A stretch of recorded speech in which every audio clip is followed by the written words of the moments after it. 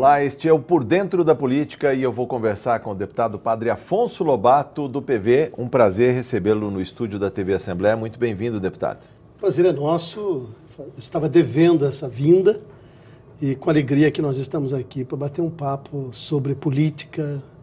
E para mim é um prazer, uma alegria estar aqui, Jorge. Prazer é todo nosso. Deputado Padre Afonso Lobato, do Partido Verde, quarto mandato nesta 18ª legislatura. O assunto, ele alcança muitas pessoas, não só no estado de São Paulo, mas no país, a crise hídrica. O senhor vem de uma região, embora conheça todo o estado de São Paulo, e muito bem, quase todo o estado de São Paulo, mas a região do Vale do Paraíba. E existe, embora não se diga, uma disputa pelas águas. Não vamos falar em guerra, mas uma disputa pelas águas. E principalmente do rio, que é o principal rio que corta o Vale do Paraíba e que há planos de transferir parte das águas aqui para o sistema Cantareira, que está sendo afetado por uma baixa das chuvas, uma crise hídrica, né? Com chuvas abaixo do volume histórico. Como é que está essa briga e o que o seu mandato tem feito para divulgar a importância e a necessidade de cuidar bem das águas, deputado Padre Afonso Lobato? Jorge, eu, na verdade, no mandato passado, nós instituímos uma frente parlamentar em defesa da bacia hidrográfica do Paraíba do Sul. Já desde a campanha Fraternidade, há quase 10 anos atrás, trouxe o tema água para ser refletido. Eu comecei a olhar para a nossa bacia, porque às vezes a gente tem o recurso e não valoriza. Sim. Tem o recurso, está ali. É como aquelas pessoas que estão próximas de nós. Nós tendemos a não valorizar e as pessoas vão se tornando invisíveis. Então o Rio Paraíba está ali. De repente, quando nós fomos eleitos, nós começamos a olhar para o Rio e perceber alguns problemas do Rio, né? Então, por isso que nós instituímos a Frente Parlamentar em Defesa ao Paraíba do Sul. Fizemos uma expedição pelo Paraíba, nós notamos uma extração de areia, infelizmente, predatória. Sim. Nós temos entre Jacareí e Pindamonhangaba, nós temos quase cerca de 300 cavas de areia. 300 cavas de areia. Enormes, que inclusive podem ser vistas pelo satélite, até da Lua, dá para ver o tamanho da cava. Essas 300 cavas de areia. E quando fala de compensação ambiental, fala de plantio de algumas mudas. Sim. Mas a areia... Sem remediação, né? A areia que você tira, ela não vai ser colocada novamente. Então, não sei o que você chama ali de compensação nessa questão das cavas. E não obstante a isso, diz assim, não, mas a gente também pode fazer aqui grandes condomínios. Eu cansado de ouvir isso, porque na Alemanha é assim, no Vale não sei da onde, porque em Madrid o aeroporto foi construída, enfim, tem tantas... Isso é plano futuro, tem né? tantas remediação. Teorias, mas o que a gente percebe? Que o dia a dia, o feijão com arroz, a ação que deveria ser feita, ela não é feita. Um rio assoreado... Aliás, vamos explicar isso para o nosso telespectador, porque a areia que é retirada da cava, ela passa por processos de lavagem, ou seja, toda aquela carga poluidora acaba sendo levada, carreada de volta para o leito do rio, isso assoreia o rio, ou seja, diminui o volume da calha. E quando vem as enchentes... E não somente isto, mas quando não existe a mata ciliar que protege o rio. Tal né? e qual os cílios protegem os olhos, a mata ciliar deveria evita proteger o rio. Que então os sedimentos caem no rio. Começa a, como diz lá na nossa terra, a desbarrancar. A água vai comendo as margens do rio e ele vai cedendo e essa água vem tudo. Quando não, algumas atividades minerárias empurram certa quantidade para a margem do rio, né? No dia que nós estávamos fazendo essa expedição, tinham mineradores empurrando terra na margem do rio. Aí isso vem a chuva, né? E vai assoreando o rio. Então, nosso mandato, nós olhamos desde o começo. Eu tenho essa preocupação com o rio, desde o começo, não é? Porque ali está a vida, né? Sem água não se vive. Sim. E aí a gente foi percebendo e fomos cobrando do governo do estado. Hoje houve um avanço nos municípios que a Sabesp opera, houve um avanço no tratamento de esgotos. Nós temos esgoto sendo lançado, né, in natura no Rio Paraíba. Nós temos esgoto ainda, esgoto tanto de indústria como do esgoto doméstico. Doméstico quanto das cidades, de indústria. Não é? Sim. Agora, deputado Padre Afonso Lobato, quando o senhor fala das cavas, da extração mineral que existe e que é importante, seja para a geração de emprego ou de renda, a geração de impostos para as cidades e para o governo do estado, lembrar também que as cidades estão crescendo. Existe um boom imobiliário, existe, quer dizer, se existe de um lado um malefício causado ao meio ambiente, do outro lado o capitalismo empurra a criação e a manutenção desse sistema. Vai continuar por muito tempo ainda, quando a gente vai acionar o motor ao reverso, ou seja, plantar mais árvores, plantar mata ciliar, recompor os taludes, as florestas. E você fala que as cidades estão crescendo e às vezes crescendo de maneira errada. Desordenada. Não pode se crescer a qualquer custo, de qualquer jeito. Sim. Por exemplo, se você pegar a várzea do Paraíba, a especulação imobiliária chegou lá e estão loteando a várzea do Paraíba. A várzea do Paraíba e de fato, está sendo construída em lugar errado. Quer dizer, você tem que preservar, né? Tudo. Só que o Rio tem memória, deputado Padre Afonso Lobato. As cheias vêm a cada 10 anos, 50 anos, 100 anos. Quem constrói no leito do rio, ou onde ele antes serpenteava e hoje foi retificado, pode pagar um alto preço, inclusive com a própria vida. Paga, porque a água acaba invadindo as cidades, as residências, e aí acaba complicando. Sim. Mas eu acho que tudo isso é uma falta de respeito com a natureza. Agora, a relação homem com a natureza é uma relação complicada. Desde o início, por exemplo, na própria Sagrada Escritura, na Bíblia, quando na criação do homem, crescer e multiplicar e dominar a terra. Né? Então parece que existe o homem, ele tem uma atitude de prevalência, de primazia e até de soberania sobre a natureza. Não existe essa questão da convivência, de respeito. Então eu acho que nós vamos aprendendo. Essa crise hídrica, Jorge, eu acho que ela traz esse elemento bastante positivo. Crise como sinônimo de oportunidade, de construção de novas coisas. Aliás, a própria palavra crise do radical grego quer dizer exatamente isso, né? Crises, crisol, onde se purifica o ouro e a prata, quer dizer, nesse momento de crise que a gente começa a perceber novas perspectivas, rever posturas. Eu acho que essa crise faz com que nós pensemos a relação nossa com a natureza de maneira diferente. Sim. Não dessa forma predatória, mas olhando dessa forma em que se respeita e de conviver, de se respeitar o meio ambiente e a natureza. A crise também foi uma oportunidade para se olhar com mais carinho o Rio Paraíba, o sistema Cantareira, que aliás é importante que a gente diga aqui, se fala na transposição das águas, que é uma obra cara, uma obra demorada, não dá para fazer da noite para o dia, são meses, talvez 1 ou 2 anos. 2 anos. Talvez 2 anos. Como fica a discussão nesse período? Porque a gente sabe no Brasil, deputado Padre Afonso, que muitas crises suscitam soluções emergenciais e às vezes volta a chover e ninguém mais fala disso. Mas no caso da transposição do Paraíba do Sul para o sistema Cantareira, há quantas anos? Aliás, tem gente rezando para não chover.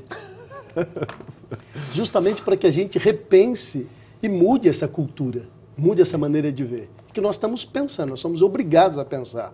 Não é? Essa questão da transposição é uma questão que a gente discutiu muito lá. Eu sempre me posicionei contrário à transposição. Sempre? Não é agora que está faltando água, não? Sempre me posicionei contrário. Porque esse é um assunto que vem sendo discutido lá desde 1959. Aliás, a maior transposição do país já ocorre na nossa bacia, que é a transposição para o Rio de Janeiro, ali em Santa Cecília, para o Rio de Janeiro. Vamos explicar o sistema, inclusive, para que as pessoas tenham noção de como é a retirada desse volume de água do Paraíba. Vamos até mostrar uma ilustração que aliás, está na página da ANA, Agência Nacional de Águas. Deputado, inclusive, eu vou pedir a sua experiência para ajudar a explicar ao nosso telespectador. A gente tem a represa Jaguari, que é alimentada por rios federais.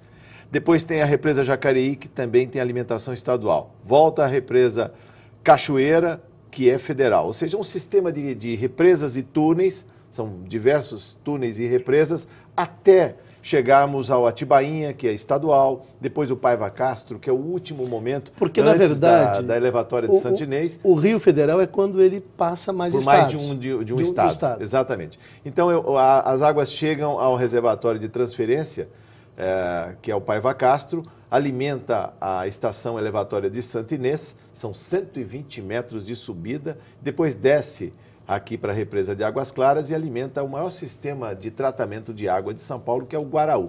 Ele foi criado lá, concebido lá atrás, 30 anos atrás, mais de 30 anos, para dispor de 33 metros cúbicos por segundo de água para São Paulo e região metropolitana. Só que ele está muito abaixo do regime de chuvas, deputado. E aí o que acontece? Antes do Jaguari, a ideia é trazer mais água do Paraíba do Sul. É isso? É. Na verdade, é o seguinte, o governador, quando ele lançou essa ideia da interligação dos reservatórios, ele nos chamou lá, chamou os deputados da região para poder conversar, né? E eu dizia, governador, não é transposição, porque eu, de fato, sempre me posicionei contra a transposição. Sim. Porque eu estou dizendo, antes de nós falarmos em transposição, nós estamos falando em recuperação. Sim. Como o rio precisa de água, eu não vou transpor aquilo que ele não tem.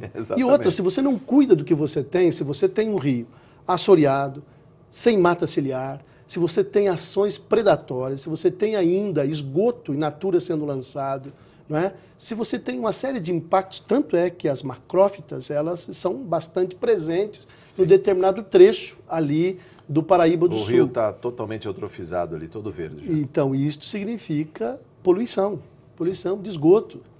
E aí, se você tem um doente, que o rio está doente, e você quer fazer com que este rio doente, você tire mais dele. Então, eu sempre me posicionei dizendo, olha, nós precisamos primeiro recuperar. Depois que nós recuperarmos, nós vamos falar nessa questão de transposição. Então, eu sempre me posicionei. Mas esse assunto de transposição, ele já ocorre desde 59 ou 57, já se fala disso, né? E, de repente, aparece essa questão. E o governador dizia, olha, nós queremos interligar os dois reservatórios.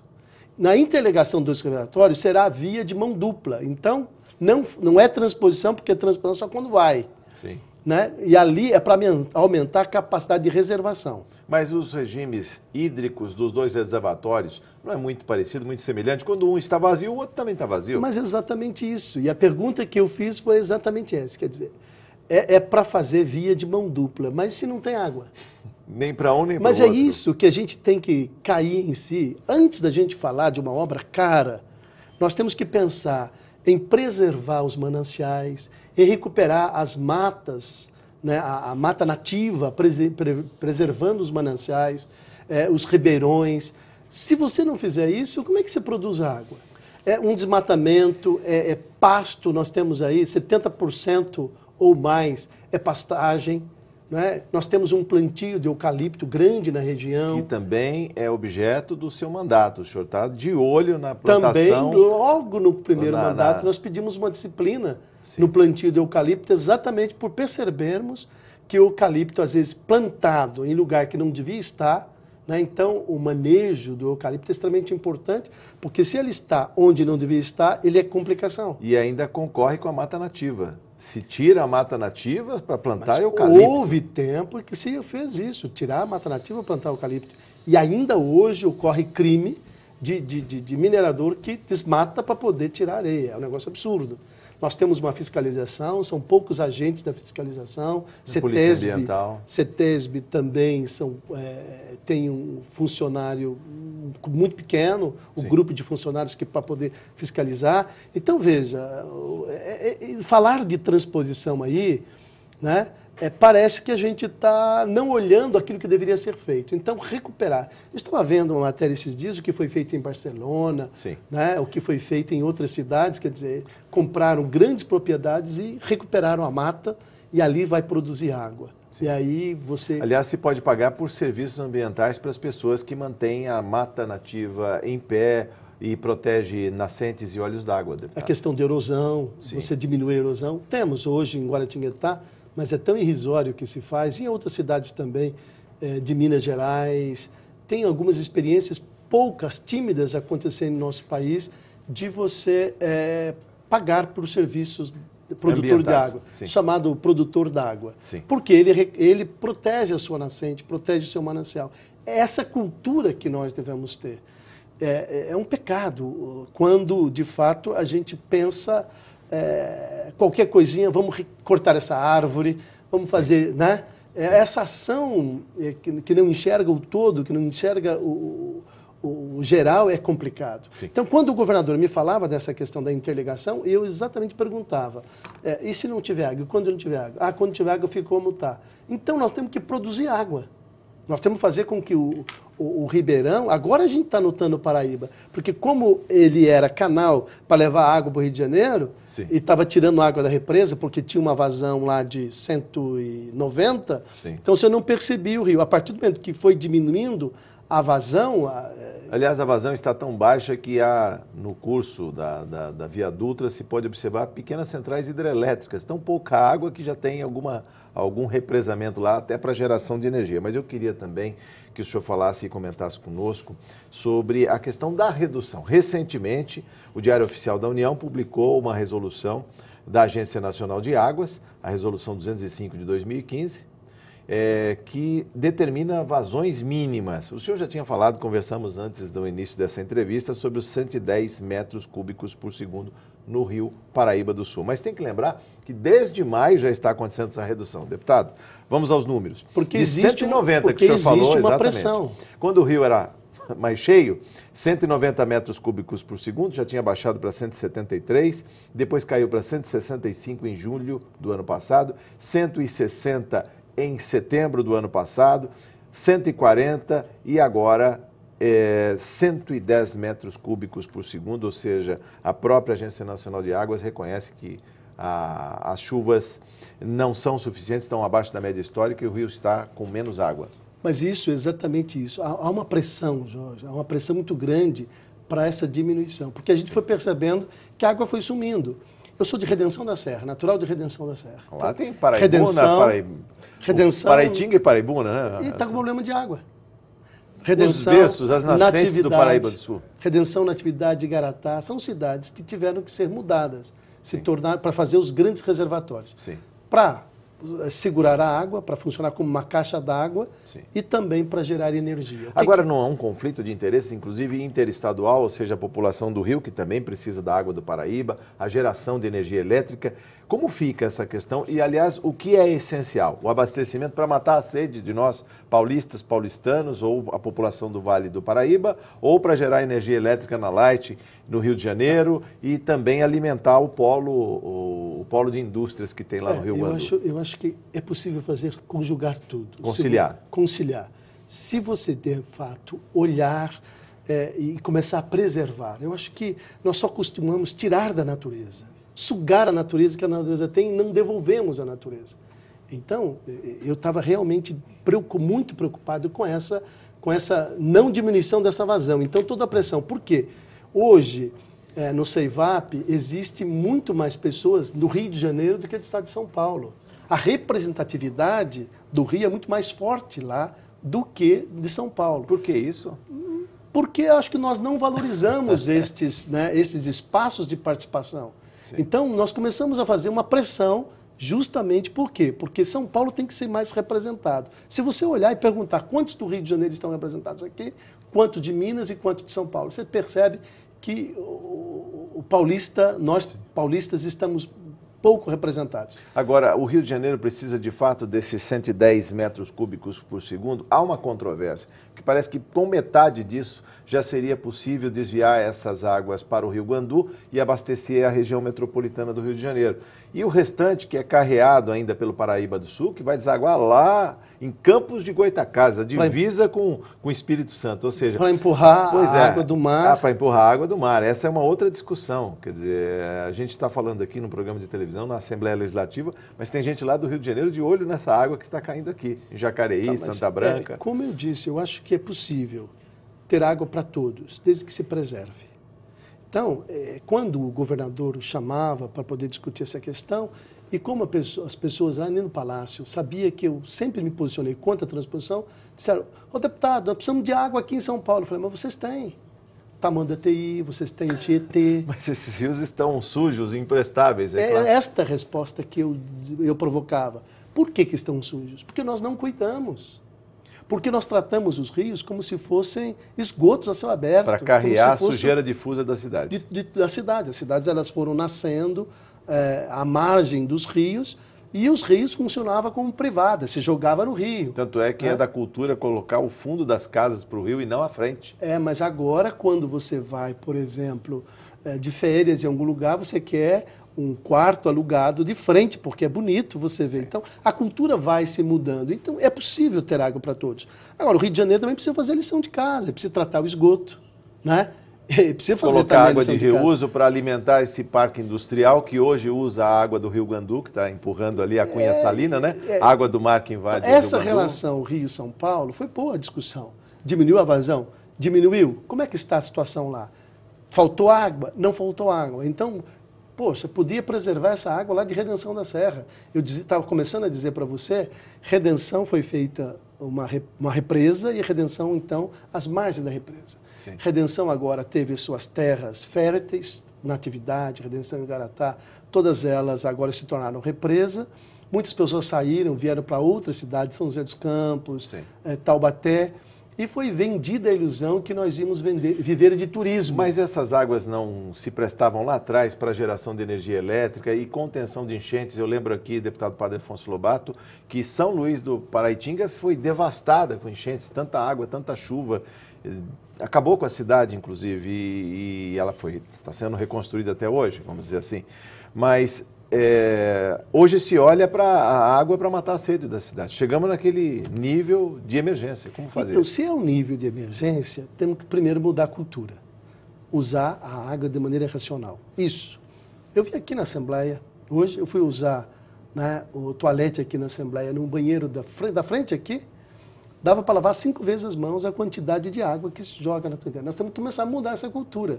Imagina aquelas pessoas que jogam uma bituca de cigarro na privada. Do meu gabinete eu pedi para diminuir a vazão. Então isso tem que começar a partir de nós, é a cultura que tem que mudar.